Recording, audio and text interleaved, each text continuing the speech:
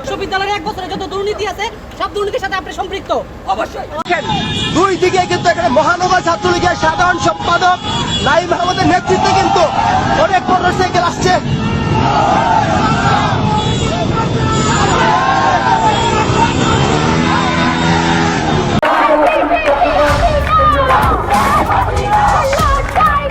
August দুপুরের ঢাকা শহরের রাজপথে উত্তাল জনতার ঢল। ভারতে কিন্তু বেশ অনুপ্রবেশ ঘটেছে বলা হচ্ছে, বিভিন্ন নাম ঠিকানা ব্যবহার করে ঢুকেছে। ভারত সরকার এগুলো নিয়ে খুবই কনসার্ন। দেখেন, এই 5 তারিখের পর থেকে ভারতের উপরে যে আক্রমণটা বাংলাদেশের পক্ষ থেকে এসেছে। সুপ্রিয় দর্শক, আসসালামু আলাইকুম রাহমাতুল্লাহ। আশা করি সবাই ভালো এবং সুস্থ আছেন। স্বাগত জানাচ্ছি আমাদের আরেকটি নতুন ভিডিওতে। সুপ্রিয় দর্শক মন্ডলী, ভিডিওর আমরা টাইটেল উপরে কিছু বিষয় যে আপনারা ইতিমধ্যে জানা করতে পারছেন আজকের ভিডিও কতটা গুরুত্বপূর্ণ। সুপ্রিয় দর্শক মন্ডলী, বর্তমান রাজনৈতিক পরিস্থিতি নিয়ে আজকের এই ভিডিও। সুপ্রিয় দর্শক, বেশ কয়েকজন রাজনৈতিক ব্যক্তিত্ব এবং বড় বড় ইউটিউবারের বক্তব্যের সমন্বয়ে আজকের এই ভিডিও। সুপ্রিয় দর্শক, এক মুহূর্তে না আটারে সম্পূর্ণ ভিডিওটি দেখার জন্য আপনাদের অনুরোধ জানাচ্ছি। সুপ্রিয় দর্শক, আসলে আমরা কথা না বলে সেই সম্পূর্ণ বিস্তারিত আলোচনাটা দেখে আসি। তার আগে আপনাদের প্রতি আমাদের ছোট্ট একটা রিকোয়েস্ট, যারা আমাদের চ্যানেলে এখন নতুন, চ্যানেলটি সাবস্ক্রাইব করবেন। আর ইতিমধ্যে যারা চ্যানেলটি সাবস্ক্রাইব করছেন, আপনাদের অসংখ্য ধন্যবাদ। সুপ্রিয় দর্শক, আসলে আমরা কথা না বলে সেই সম্পূর্ণ বিস্তারিত আলোচনা দেখে আসি। ভারতে কিন্তু বেশ অনুপ্রবেশ ঘটেছে বলা হচ্ছে, বিভিন্ন নাম ঠিকানা ব্যবহার করে ঢুকেছে। ভারত সরকার এগুলো নিয়ে খুবই কনসার্ন। দেখেন, এই 5 তারিখের পর থেকে ভারতের উপরে যে আক্রমণটা বাংলাদেশের পক্ষ থেকে এসেছে, এটা ভারতবাসীর কাছে আসলে খুবই বিস্ময়কর একটা ব্যাপার ছিল। যে এই রাষ্ট্রটা মুক্তিযুদ্ধের সময় বাংলাদেশকে স্বাধীনতা পাইয়ে দেওয়ার প্রধান ভূমিকার মধ্যে ছিল, যারা না হলে, যে এই ভারত না থাকলে বাংলাদেশ এতদিন এত সহজে স্বাধীনতা পেত না। তার রাস্তাটা অনেক বন্ধুর হতো, আরো হতাহত হতো। 30 লক্ষের জায়গাতে সেটা আপনার কোটিখানিকে গিয়ে পড়তো। কোটি কোটি শরণার্থী ভারতে আশ্রয় নিয়েছে, সেখানে তারা চিকিৎসা পেয়েছে। সেই রাষ্ট্রটির বিরুদ্ধে যখন এই বাংলাদেশের কতিপয় বেঈমান নিমক হারামের আপনি যখন বক্তব্য শোনেন, আপনাকে বিস্ময়ভীত হয়ে যেতে হয়। আপনার তখন মাথায় প্রশ্ন আসে যে এরা কি পাকিস্তানি রয়ে গেল শেষ পর্যন্ত? তো এরকম একটা অবস্থা যখন বিরাজ করছে, তখন আপনাদের এখানে অনুপ্রবেশ বা ভারতকে অস্থিতিশীল করবার যে চেষ্টাটা, সেইটাকে আসলে সেটা অনুমেয় এবং সেটা আমার কাছে বিস্ময়কর না। 2 নম্বর, আপনি যে কথাটা মূল আলোচনাটা আপনি উঠিয়েছেন, সেটা হচ্ছে যে মাননীয় প্রধানমন্ত্রীর ইমেজ এবং মাননীয় প্রধানমন্ত্রী কবে ফেরত যাবেন। আমি মাননীয় প্রধানমন্ত্রীর ইমেজ নিয়ে আপনাকে একটু আমি বলি। আমরা কিছুদিন আগে মাননীয় প্রধানমন্ত্রীর সাথে একদল শিক্ষার্থী, যারা আপনার লাল বদর ছিল, যারা এই ডানপন্থী লাল বদর ছিল, জানেন তো লাল বদর জিনিসটা কি, সেটা একটু আপনাকে বলে দিতে হবে। মুক্তিযুদ্ধের সময় আল বদর বাহিনী নামে রাজাকার গোষ্ঠীরা, অর্থাৎ এই যুদ্ধপরাধীর একটা বাহিনী বানিয়েছিল আল বদর। এরকম আরো বানিয়েছে আল শামস, আল বদর, রাজাকার। তার মধ্যে আল বদর একটি বাহিনী আছে, যাদের কাজ ছিল রাস্তায় রাস্তায় মানুষকে খুন করা।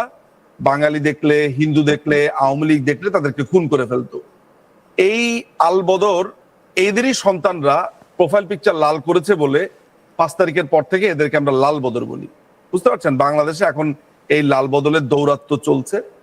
তো প্রাক্তন লাল বদর এখন তারা মোটামুটি হুঁশে ফিরেছে, তাদের জ্ঞান ফিরেছে। এরকম কিছু শিক্ষার্থী প্রকাশ্যে মাননীয় প্রধানমন্ত্রীর কাছে মাফ চেয়েছে।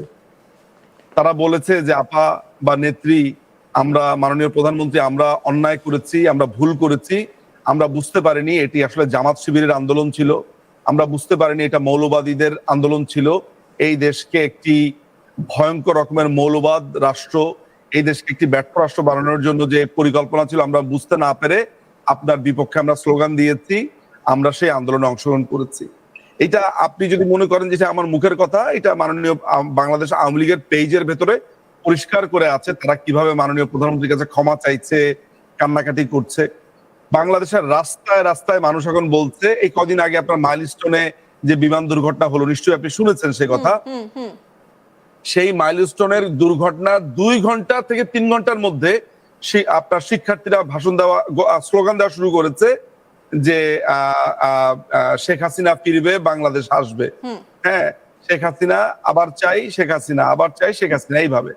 তো এই আবার চাই শেখ হাসিনা বা শেখ হাসিনা ফিরবে, বাংলাদেশ হারবে, ভাবতে পারেন? আপনি যদি ইতিহাসের যতগুলো এই ধরনের ঘটনা আপনি দেখেছেন, আপনি ইরানে যদি রেজা শাহ পাহলভিকে দেখেন, আপনি যদি আপনার লিবিয়াতে গাদ্দাফিকে দেখেন, কিংবা আপনি মধ্যপ্রাচ্যের যে আরব স্প্রিং গুলো হয়েছে, যেসব আপনার যাদের বিরুদ্ধে আন্দোলনগুলো হয়েছে, সেই সব জায়গাগুলো তো আসলে স্বতঃস্ফূর্ত জনগণের অংশগ্রহণ ছিল। বাংলাদেশের আন্দোলনটার ভিতরে কিন্তু ছিল মৌলবাদের অংশগ্রহণ। সাধারণ মানুষরা পরবর্তী সময় যখন বুঝতে পেরেছে তাদের আসলে কিছুই করার ছিল না, তো সাধারণ মানুষ এখন মাননীয় প্রধানমন্ত্রীকে দেশে ফেরানোর জন্য এই 1 বছরের মাথাতে ডাক দিয়েছে। কিছুই না, আপনি খালি ইউটিউবে এখনই লিখে সার্চ দেন আপনার মাইলস্টোন দুর্ঘটনা শেখ হাসিনা, এটা লিখে সার্চ দিলে দেখবেন যে সাধারণ মানুষজন কিভাবে প্রধানমন্ত্রীকে বরণ করে নেওয়ার জন্য প্রস্তুত চাইছে। এটা আরো মানুষ চাইবে, আরো মানুষ চাওয়া শুরু করেছে, আরো মানুষ বলা শুরু করেছে। আপনি জানেন যে 5ই আগস্টের 1 মাস পর থেকে মানুষ বলা শুরু করেছে আগেই ভালো ছিলাম, আমাদের আগের রেজিমই ভালো ছিল। ভারতকে নিয়ে কত রকমের বিদ্বেষ ছড়িয়েছে যে ভারতের কাছে দেশ বিক্রি করে দিয়েছি। আমি জানি না আপনি জানেন কিনা যে বাংলাদেশ আওয়ামী লীগের ব্যাপারে সবসময় বলা হতো যে বাংলাদেশ আওয়ামী লীগ যদি ক্ষমতায় আসে তাহলে বাংলাদেশ আওয়ামী লীগ নাকি ভারতের কাছে বাংলাদেশকে বিক্রি করে দেবে। এই প্রপাগান্ডাটা ছড়ানো হতো। একটা বিষয়ে আসবো যে দীর্ঘ সময় প্রায় 1টা বছর হতে গেল, সেই 1টা বছরে হাসিনা রয়েছেন, মনে করা হচ্ছে যে দিল্লিতে তিনি রয়েছেন, এবং এখান থেকে বাংলাদেশে যে সময়ে দাঁড়িয়ে